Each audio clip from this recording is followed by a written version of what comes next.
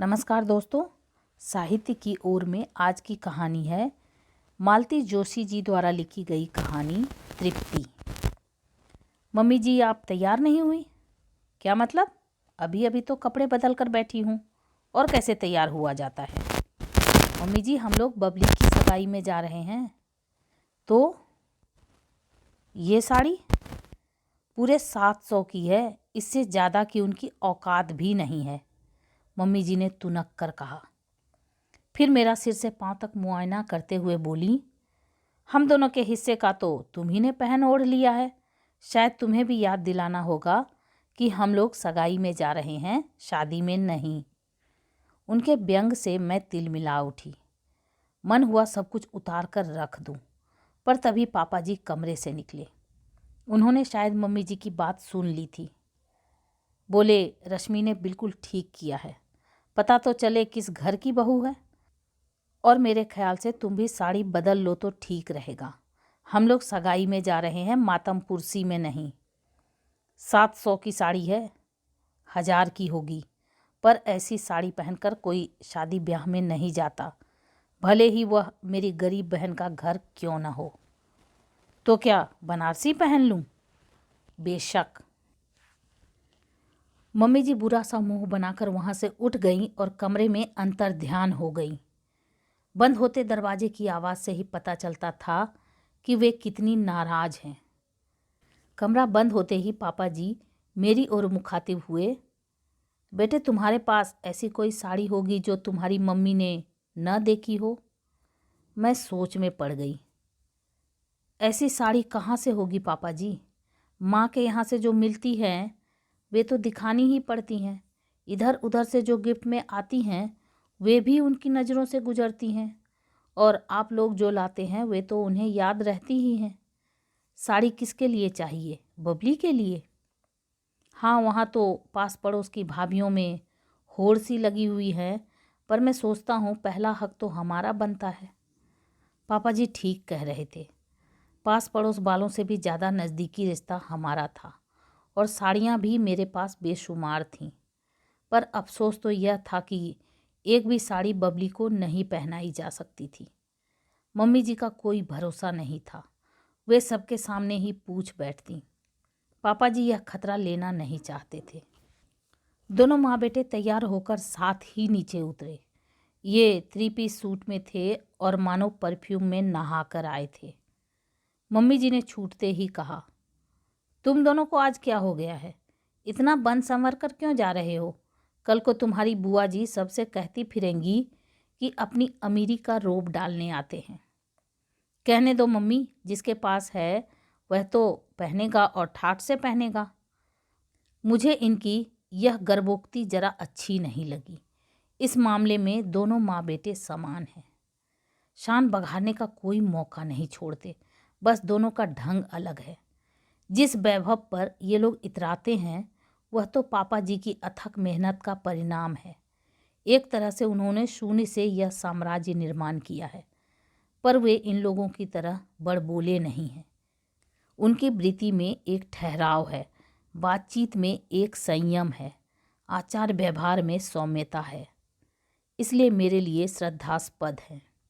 गाड़ी में बैठते हुए मम्मी जी ने फिर कहा, वहाँ जाकर हम्माली करनी पड़ेगी, सूट का सत्यानाश हो जाएगा। पापा जी बोले, तुम्हारे साहबजादे हम्माली करेंगे? हम दोनों के हिस्से की हम्माली मैं कर आया हूँ, अब तो स्वागत सत्कार ही करना है। उसके लिए यह ड्रेस ठीक है। थोड़ी देर शांति रही, फिर मम्मी जी ने पूछा, क्यों जी, लड़का क्या सचमुच इंजीनियर है? यह सवाल कितनी बार पूछोगी? पता नहीं क्यों मम्मी जी को यह बात हजम ही नहीं हो रही है। जब से बबली की शादी तय हुई है परेशान सी हैं। मम्मी, आजकल इंजीनियर बनना बहुत आसान हो गया है। गली गली कॉलेज खुल गए हैं। लोग सोचते हैं बड़ा तीर मार लिया है, पर जब डिग्री लेकर सड़क पर आते हैं तब आटे दाल का भाव मालूम हो जाता है। बरखुरदार लड़का MPEB में असिस्टेंट इंजीनियर है, सरकारी क्वार्टर है, गाड़ी है, अर्दली है, मैं खुद देख आया हूँ। इसलिए तो मैं हैरान हूँ, इतना अच्छा लड़का इन्होंने कैसे पटा लिया। इंजीनियर दूल्हे मुफ्त में तो नहीं मिलते। मुफ्त में क्यों मम्मी, अपना इतना बड़ा एटीएम जो है। पल भर को तो मम्मी जी के पल्ले कुछ नहीं पड़ा। बात समझ में आते ही वे चिहुक पड़ी। मामा जी बताइए तो कितने ढीले किए। अभी तक तो किसी ने कुछ नहीं मांगा, पर ज़रूरत पड़ी तो मांग भी सकते हैं और मैं दे भी सकता हूँ। आखिर मेरी इकलौती बहन की इकलौती लड़की की शादी है। पापा जी की यही बात मुझे अच्छी लगती है। सामने वाला बहुत बोलने लगे तो दो टुक बात कहकर उसका मुंह बंद कर देते हैं। बुआ जी की गली में प्रवेश करते ही सजीला शामियाना नजर आ गया। धीरे धीरे शहनाई भी बज रही थी। माँ बेटे ने एक साथ कहा, अरे वाह, शामियाना भी लगवाया है। पापा जी कुछ नहीं बोले, पर मम्मी जी के मन में एक बार कोई बात खटकने लगे तो वह बाहर निकलकर ही दम लेती है। बुआ जी के बेटा बहू दरवाजे पर अगवानी के लिए खड़े थे। जैसे ही उन लोगों ने पैर छुए, मम्मी जी बोली, अरे वाह, तुम लोगों ने तो शादी की सी रौनक कर दी है, शामियाना वगैरह तान लिया है। घर बहुत छोटा है ना मामी जी, बड़ी भाभी ने विनम्रता से कहा। तभी मम्मी जी की नज़र भाभी के जड़ाऊ गुलबंद पर पड़ी। छूकर बोली, बड़ा सुंदर है, कब बनवाया। भाभी इस प्रश्न का उत्तर टाल गई और दूसरे मेहमानों के स्वागत के लिए चली गई। पर चुप रहना तो मम्मी जी की फितरत में ही नहीं था। उपस्थित आमंत्रितों को सुनाते हुए बोली, आजकल कैसी कैसी चीज़ें चली हैं, असली को भी मात करती हैं। एक हम बेवकूफ़ हैं जो पैसा फूंकते हैं और जोखिम भी पालते हैं। लॉकर्स का किराया भरते हैं सो अलग, इससे तो यही अच्छा, सस्ता, सुंदर और टिकाऊ है। शर्म से मेरा मुंह लाल हो गया। उन्हें रोकना तो मेरे बस में नहीं था, इसलिए चुपचाप वहाँ से खिसक ली। बबली की खोज में मैंने पूरा घर छान मारा। वह तो नहीं मिली, पर बुआ जी नज़र आ गईं। बहुओं ने उन्हें नई नकोर साड़ी पहना दी थी, पर उनके सीधे सरल व्यक्तित्व से वह जरा भी मेल नहीं खा रही थी। मैंने प्रणाम किया तो उन्होंने आशीषों की बौछार करते हुए मुझे अंक में भर लिया। हमारी ननद रानी को कहाँ छुपा कर रख दिया है आपने?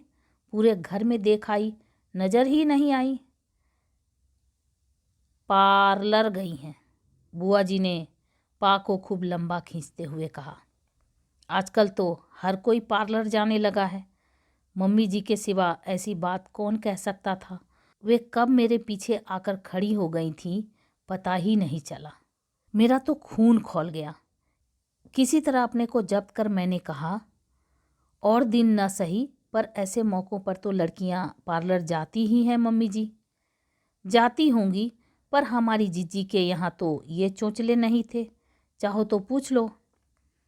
अब क्या करें, ननद भौजाई दोनों जिदिया गईं तो हमने कहा कि जाने दो, दुनिया जा रही है। अच्छा तो छोटी भी गई है, तभी नज़र नहीं आई। तभी मुझे वे नज़र आ गईं, वे भी और बबली भी।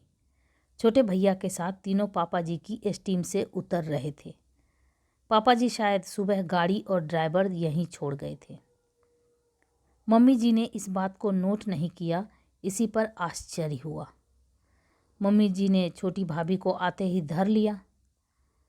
अरे वाह छोटी बहू, यहाँ मेहमान बैठे हैं और तुम बाहर मस्ती मार रही हो। छोटी भाभी ने भी तुर्की बतुर्की जवाब दिया। क्या करें मामी जी, कभी कभी हमें भी सुंदर दिखने की इच्छा होती है। फिर मेहमानों के लिए यहाँ आप थीं, अम्मा जी थीं, बड़ी भाभी थीं, हम भला कहाँ लगते हैं। और वह लाडो कहाँ है? लाडो सहेलियों से घिरी हुई लहंगा सूट लहराती चली आ रही थी, जिसका भी था सूट बहुत जोरदार था। मैं लपक कर उसके पास पहुंची। बबली जी जरा कमरे में चलेंगी, आपकी चुनरी ठीक कर दूं। कमरे में आकर उसने भोलेपन से कहा। पार्लर वाली ने तो खूब अच्छे से पहनाई थी भाभी, शायद गाड़ी में चढ़ते उतरते फिसल गई होंगी। चुनरी का कुछ नहीं बिगड़ा है ननद रानी, मैं तो आपको यह बताने के लिए भीतर लाई हूँ कि अगर हमारी सासू माँ सूट के बारे में कुछ पूछें तो बता देना कि शादी के लिए बनवाया है। पर यह तो सामने वाली वंदना भाभी का है। होगा, पर उसका ढिंढोरा पीटने की ज़रूरत नहीं है। तभी दरवाजे पर थाप पड़ी। बड़ी भाभी थी। बोली, ननद भौजाई में क्या खुसर फुसर हो रही है? अब बाहर निकलो, वे लोग आ गए हैं। मैंने दरवाज़ा खोला। हठात नज़र गई, भाभी का गला खाली था, केवल मंगलसूत्र पड़ा हुआ था। मम्मी जी पर खूब गुस्सा आया। किसी का इतना सा सुख उनसे नहीं देखा जाता। भाभी जी, कौन कौन आया है? दूल्हे की माँ है, भैया भाभी हैं, बहन बहनोई हैं, मौसेरी बहन हैं, शायद लोकल हैं। दूल्हे राजा नहीं आए? तो हमें कम से कम फ़ोटो ही दिखा दीजिए। बड़ी भाभी ने अलमारी में से फ़ोटो निकाल कर दी। चेहरा मोहरा ठीक था, पर उम्र जरा ज़्यादा लग रही थी। मैंने मुंह बनाकर कहा, ठीक ठाक हैं, पर हमारी ननद रानी का मुकाबला नहीं। रंग भी शायद 19 ही बैठेगा। 18 समझो, पर लड़कों का रंग रूप नहीं देखा जाता, उनके तो गुण देखे जाते हैं। अच्छा, मैं जा रही हूँ, तुम इसे लेकर जल्दी से आ जाओ। भाभी चली गई तो मैंने देखा बबली तन्मयता से फ़ोटो निहार रही है। मैंने टोका तो भावुक होकर बोली, रंग रूप कैसा भी हो भाभी, सबसे बड़ी बात तो यह है कि ये लोग बिना दान दहेज की सिंपल शादी मांग रहे हैं। वाह रे, सिंपल शादी? तुमने तो सगाई में ही ऐसी धूमधाम कर दी। वह तो भैया लोगों की जिद थी। बोले, शादी तो जबलपुर में हो रही है, यहाँ कुछ तो हो। भगवान ऐसे सतयुगी भाई सबको दे।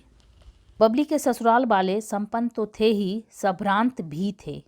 उनकी वेशभूषा और बोलचाल में आभिजात्य झलक रहा था। बबली के लिए जो साड़ी और सेट लाए थे, उसमें भी सुरुचि झलक रही थी।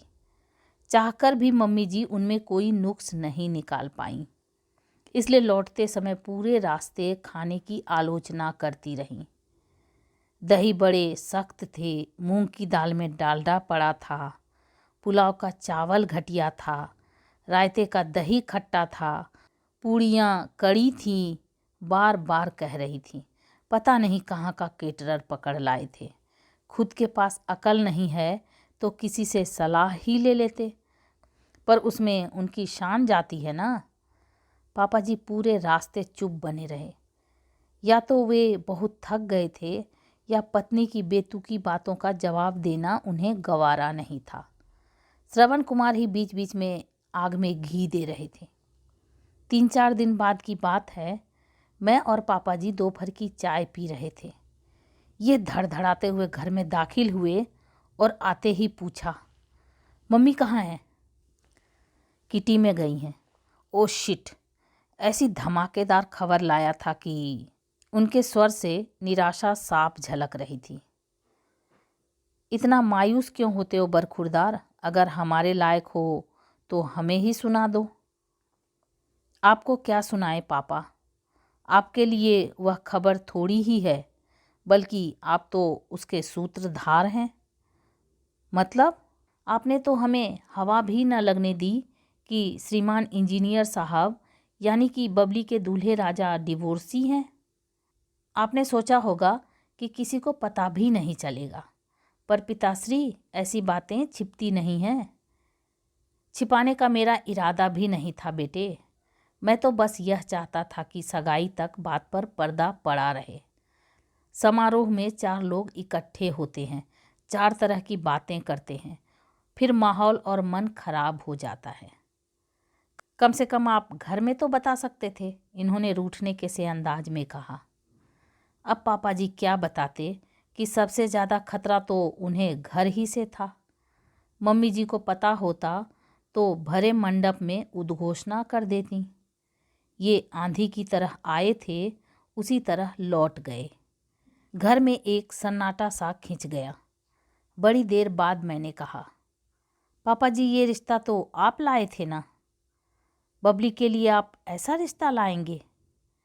वे कुछ क्षण मुझे देखते रहे, फिर बोले, रिश्ता तो बबली खुद लाई थी, मैंने तो बस औपचारिकताएं पूरी की थी। मैं समझी नहीं।